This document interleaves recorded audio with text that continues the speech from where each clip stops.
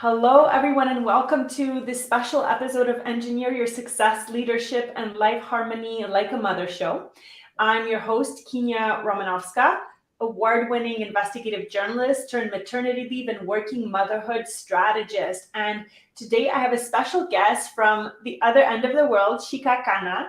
We met through a mutual acquaintance, and I've had the privilege to witness her wonderful, wildly imaginative and slightly crazy project. I think, would you use those words to describe what you're doing right now?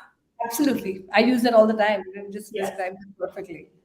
So I want to share her story because she brings so much light and because our missions really align. Shika has embarked on a mission to document the self portraits of 100 moms from all over the world, and they are invited to Pune, India in November to celebrate the launch of the book. I will share the web page in just a second, but Shika and I have been dialoguing. I'm featured in the book, and I'm very grateful for that opportunity. But I want to talk about what is propelling you in this dream, because it's you have set your sights extremely high, and we had some fun conversations. You mentioned that you're doing it at some point just because, right? There's so much in the goal setting world about achieving and measuring, and you are doing this from a different energy. So let's talk about the project. Let's talk about how self portraits can completely transform how a mother views herself and thinks about herself. What you've discovered,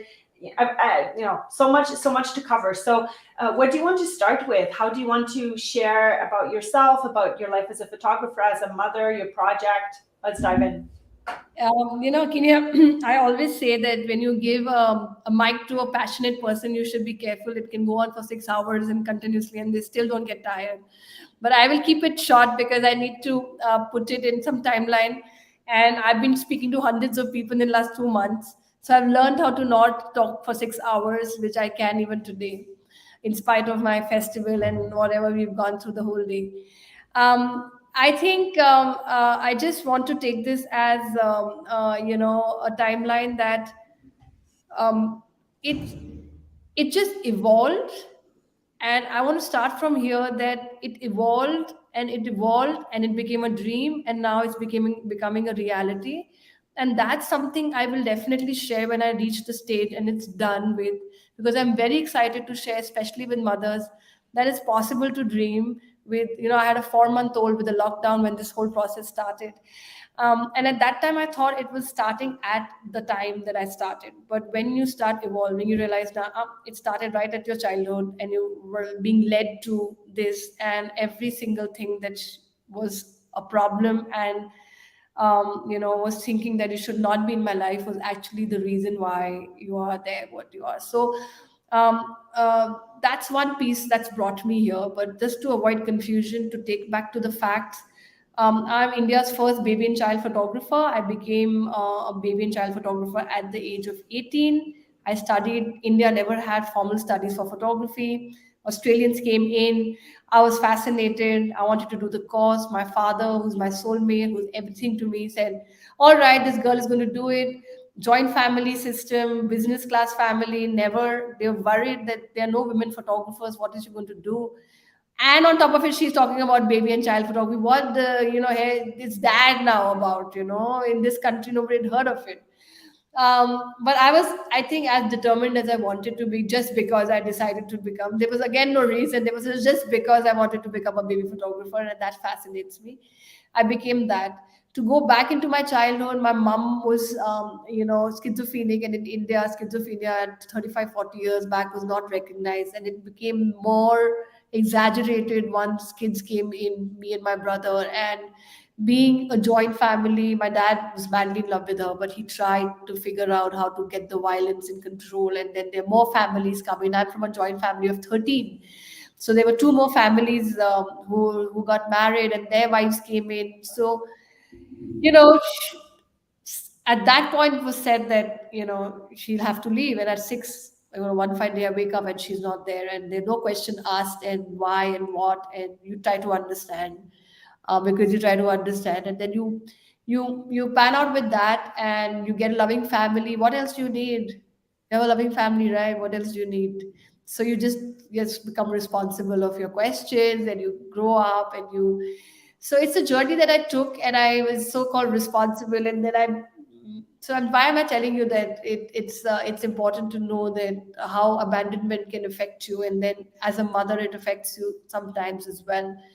And abandonment not necessarily physically, sometimes we are abandoning kids being there with them as well, we are unable to cope up. And so I looked at her, I've met her after 17 years, and she was not in a great state, and she was just not responding. And but she was in India to find a double MA masters 50 years back was a very rare thing. So she was a very educated woman.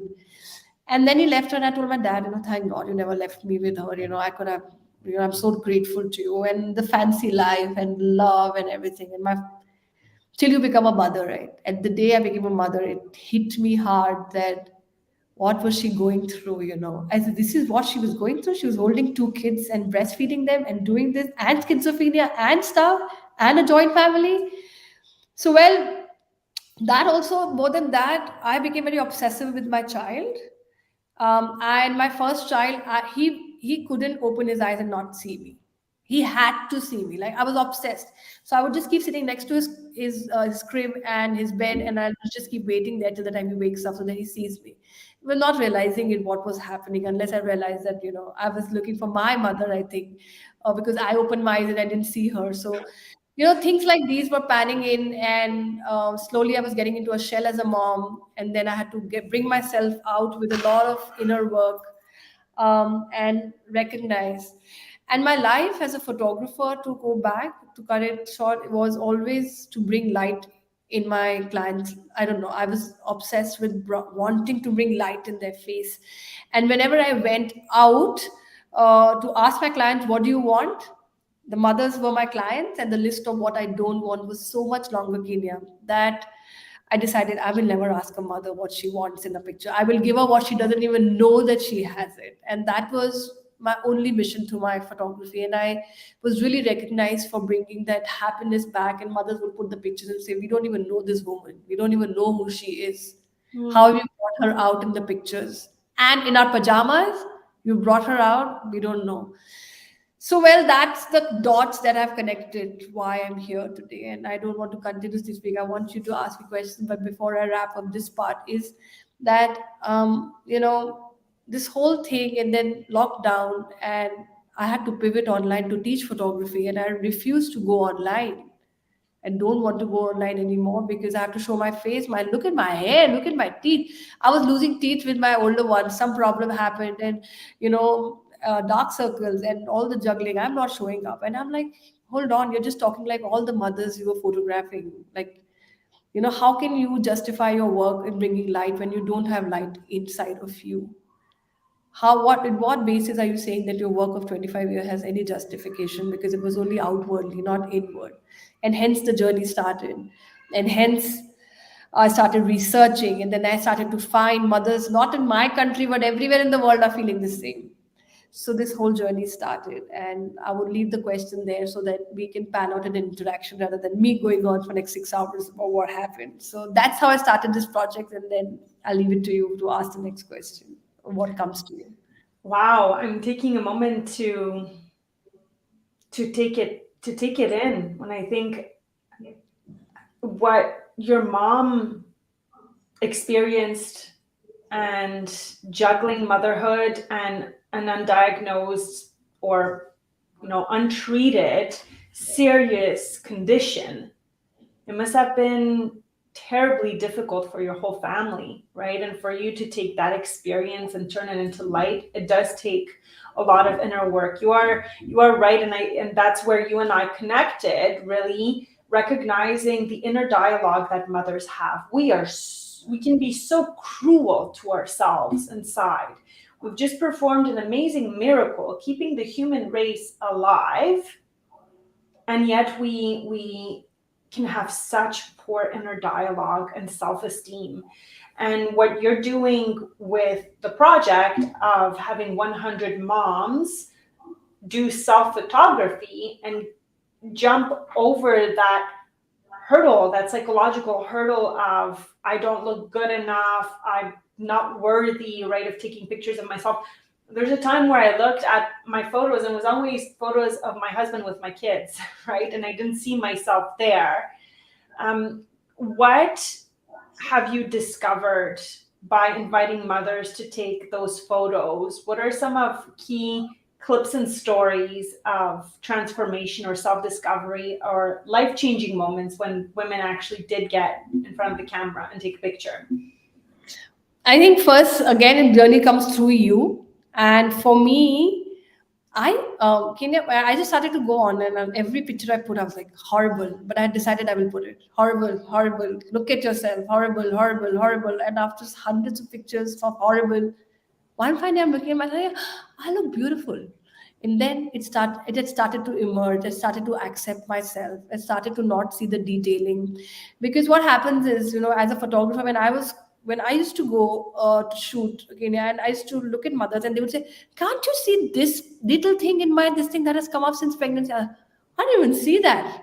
I didn't even see that. There's such detailing in what we don't like about ourselves that detailing itself doesn't, and we keep seeing that when see the picture, right? It could be our hair, it could be our teeth, but nobody sees that. But when you emerge in your light and you start emerging with your message, the world doesn't even see what you're wearing, and that's one message that wanted to come out, that show up with yourself, with your authentic way, just the way you are. Not to say that you have to purposely look bad to show up, just the way you are, long enough to first accept it yourself, that this is who I am. And then the message starts to come out, and then the connection starts to happen, and the miracle starts.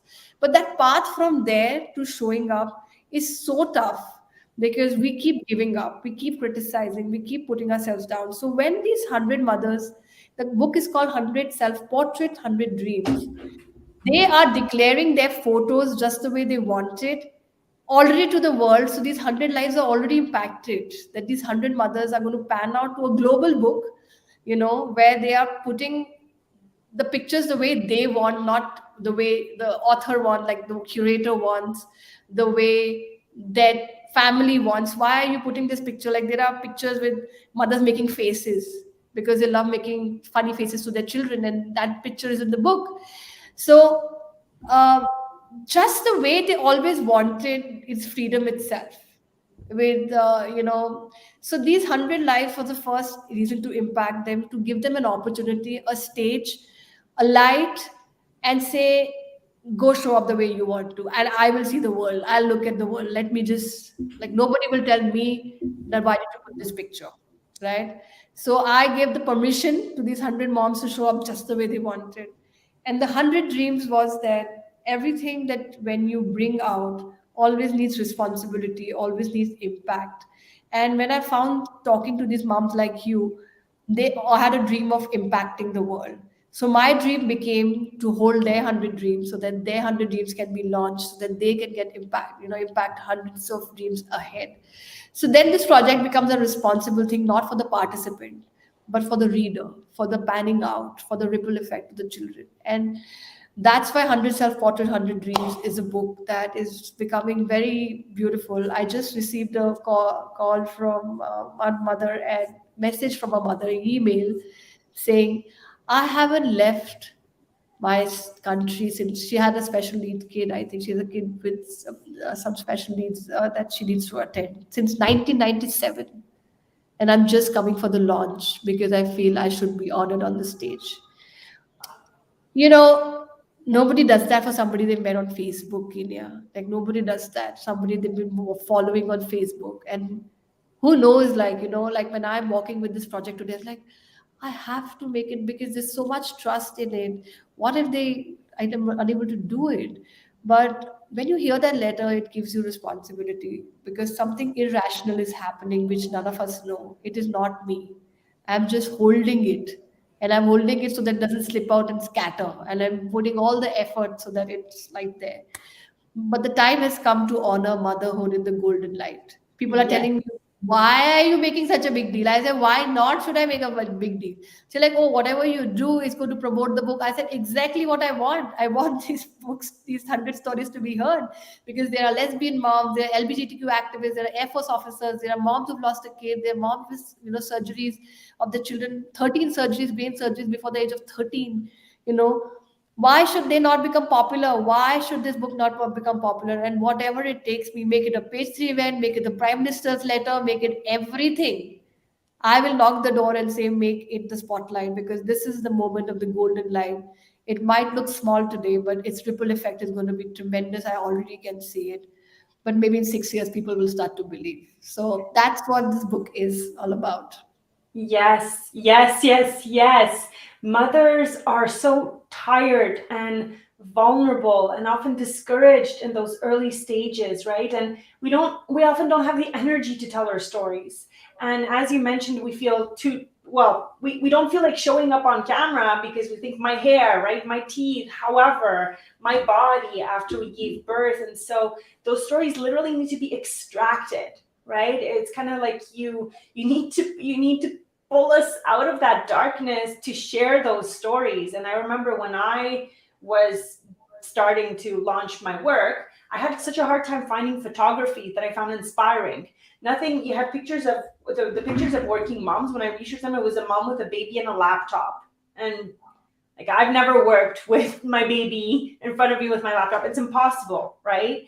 So there was Right. very little imagery to capture what motherhood is really like. And especially too in the age of social media, I think there's a beautiful side of portraying mothers in, in a luxurious setting like we do for what it can bring out. But the flip side of it too is that maybe when we see only that and we don't see the stories of what happens behind the scenes, we think, well, I'm inadequate. I don't Absolutely.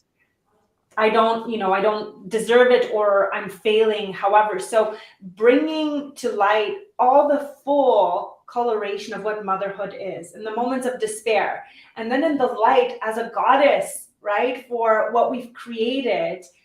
Motherhood is all of that. It's kind of all these tiles. And so your book is all these tiles of the different representations and identities and the dreams, but also the tears of the mothers at 4 a.m.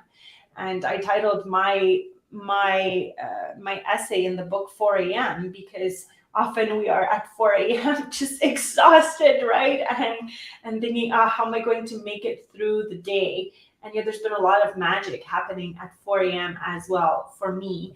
So tell us more about your decision to bring the 100 moms to India. And I have to say, I was very close to making it out. There were some in the I tried and I really wanted to, but I had some conflicts, and you and I talked, and ultimately I made the difficult decision that in this season of life, I wouldn't make it out. But I'm so enthralled by the project, and I want to share as much as possible. It is, it's like you're just throwing yourself into that. I mean, the logistics, the sponsorship, the visas, giving the moms the courage to come. So tell us about, like, where are you with the project?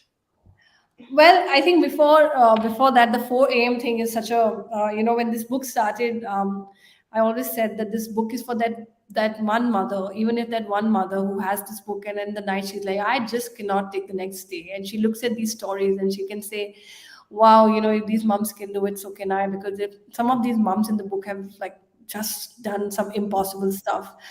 And at the other side, I was having a conversation with somebody, and they said, but some stories are just they're not gone through so much. I said, one, how do we know?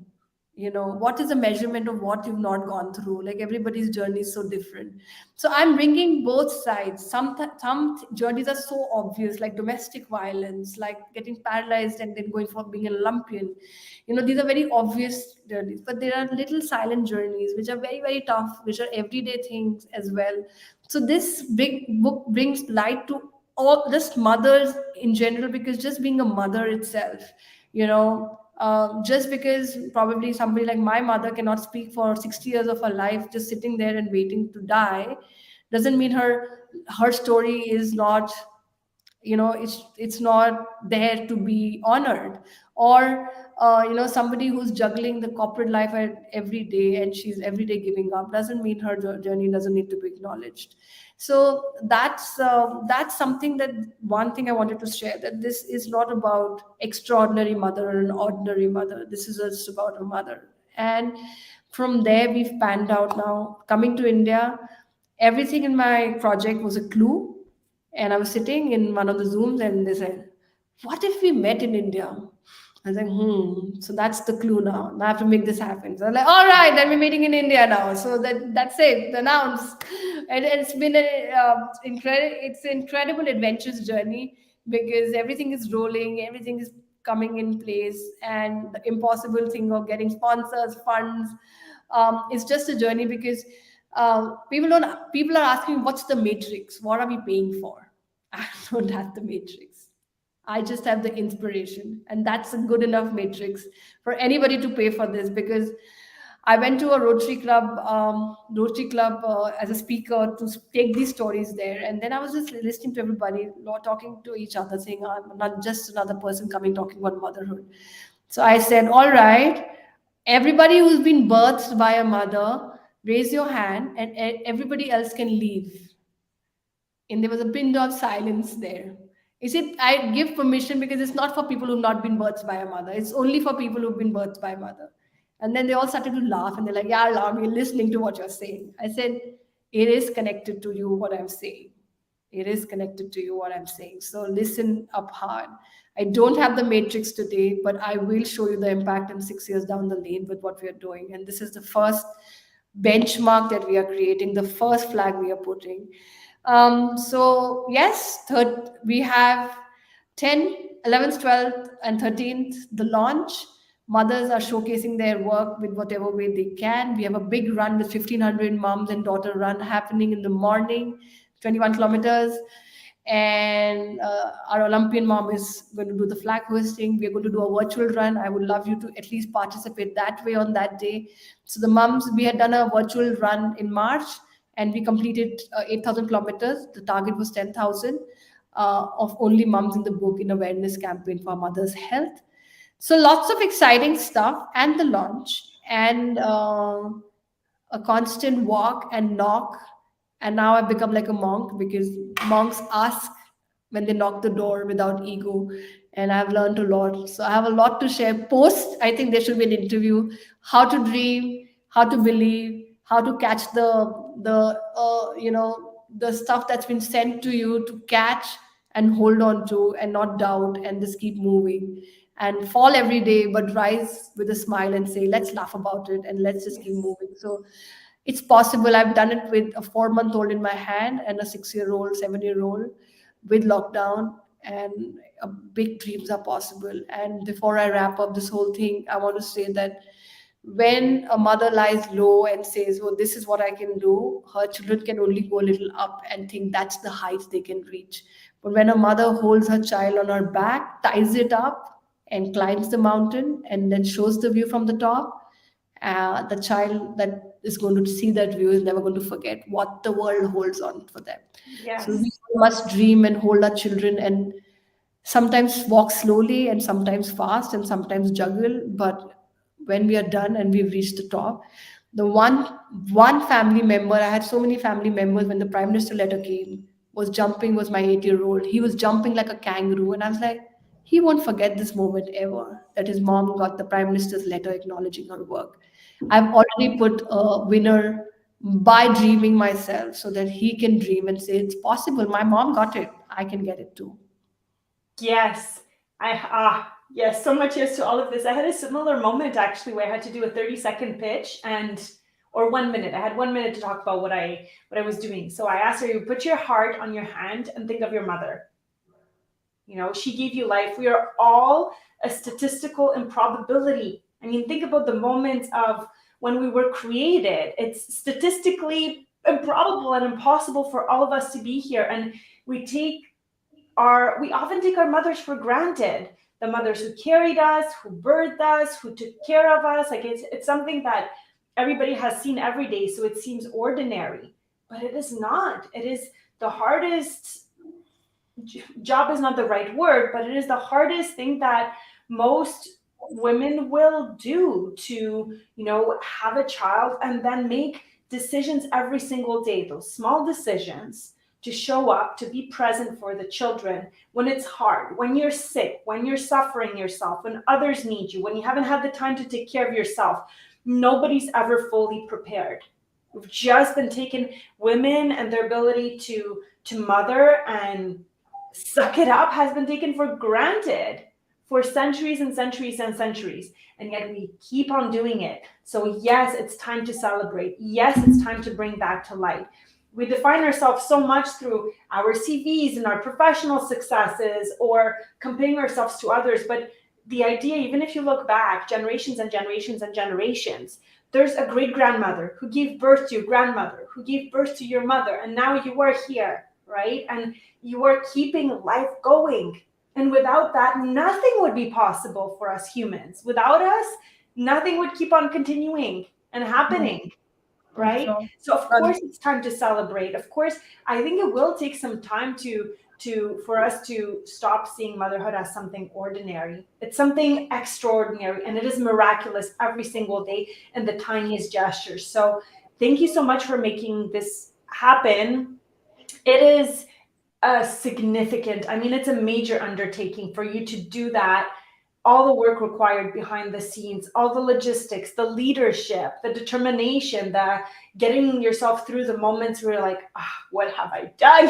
Is you pretty likely when you take on projects so big, you have those moments of what have I done, and you have to coach yourself through that and keep going. So you have a request for sponsorships right now and a crowdfunding campaign going on. So, is there information about the crowdfunding campaign on your website? Can I pull it up, or should I go somewhere else? I know you shared a link with me earlier, somewhere yeah. else.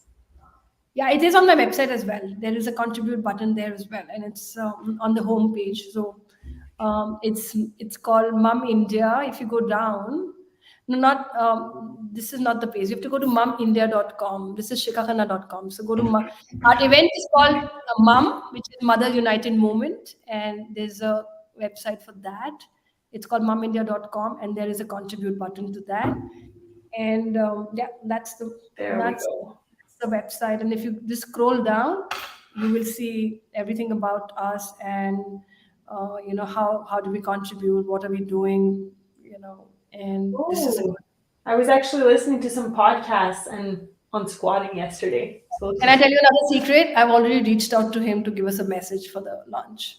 And just the way people, like, I'm not telling too many people because I never told anybody I was writing for the Prime Minister. But yes, we have reached out to him. And if I get a mail from him, it would be amazing to get acknowledged, not only politically, but by a spiritual leader, to say that this is, because he's all about mothers. He's all about mother. And I must say that I'm really inspired by the way you show up, Kenya, as well. And not because this is your show. I was always very, very, I still remember when you were telling me that I want to, apologize on behalf of so many mothers. I'm going to take that dialogue and put your quote right there and speak up on stage saying, Kenya said this to me, that we must apologize because we owe some apologies to some moms. And we must at the same time inspire, and inspiration is, a ceremonic, in the ceremony, we every religion is honoring mother, whether it's Christianity, it's Hindu, but we are the living mothers here. We need the honor now, because there's no more honoring what's gone. The message is there. We need to put it today. So, with that message, I think we are on to something, and I will do it in the golden light, not shyly in a dark room sitting saying, yeah, mother should be honored. We are going to make a page three event. We are going to make a big run. 1,500 people will run for the mother, and we are going to make a bang internationally. 10 moms from the book are coming from outside the country. We've already a winner. We're already a winner in this initiative. So thank you for joining hands. And soon, maybe in your country, we are there doing the Mum Project and launching it there and standing with you on your stage and saying mums must be honored. It has to pan out like that across the globe. So thank you for all the support, and thank you to listeners, whoever will support. Support comes in many ways. Support comes in prayers, support comes in enthusiasm, cheering up. All that is required. It's not only funds, but everything is required. And at the time, I also need funds because nobody's believing that motherhood should be honored formally. But the PMO letter is helping us, and any help would be great with this crowdfunding. How can you, I will say this again with some outreach, how can you not honor the person who gave you the opportunity to be on this earth? Right? It's your starting moment, it's your starting odyssey, we give Oscars to movie stars, we give scholarships, but none of that would be possible without that beginning journey. And Right. one day a year is not enough, right? We need Right. those daily practices of gratitude for the gift of life, for the mothers, and even people who have had mothers who did not show up for them, right? Or were going through very difficult circumstances. I can think, okay, this is a bit of a cliche that we've heard of, but Tony Robbins, right? He talks about his mother a lot, and oof, it sounds like it was not easy at all. And yet he keeps on honoring her and saying that he wouldn't be the person he is if it wasn't for her and what he's had to learn, right? From growing up in a place where he wasn't fully taken care of physically and emotionally. So whether you think your mom did it right or whether you think your mom did it wrong, she brought you here. She gave you the opportunity to experience this life. And it is time to honor that. It is time to honor that and stop taking it for granted. So thank you so much for your beautiful project. Last question. So I posted both your personal site and your I guess this is, so I clicked on the donate button. Where will people be able to get a copy of the book? I assume that from your So webpage it's they'll be able to No, order no, it. it'll be launched on Amazon. Will be launched on Amazon in December. This is a soft launch. You know, when you bring hundreds emotional stories, you will on the day of the launch, as a printer, as a designer, in my some experience, when you see it, I'm like, this could have gone better. So I'm sure when the book gets launched, the first launch, you will say, this mother story could have been a little more better. And so we will launch formally also on Amazon in December. That's the plan, and we will get the soft launch going. It's not a soft, it's a soft launch of the book, but it's a very Yes. big hard launch otherwise. And I just, before I wrap up, I just want to say this, that when you ask this question, Kinya, that how can we not, it's our mother's responsibility also to show our children that we can. Yes. We've never been able to tell our children that this is important. What I need is important, what's happening is important. The associate, I keep meeting mothers in their 50s in now, and they say our children don't want to have children.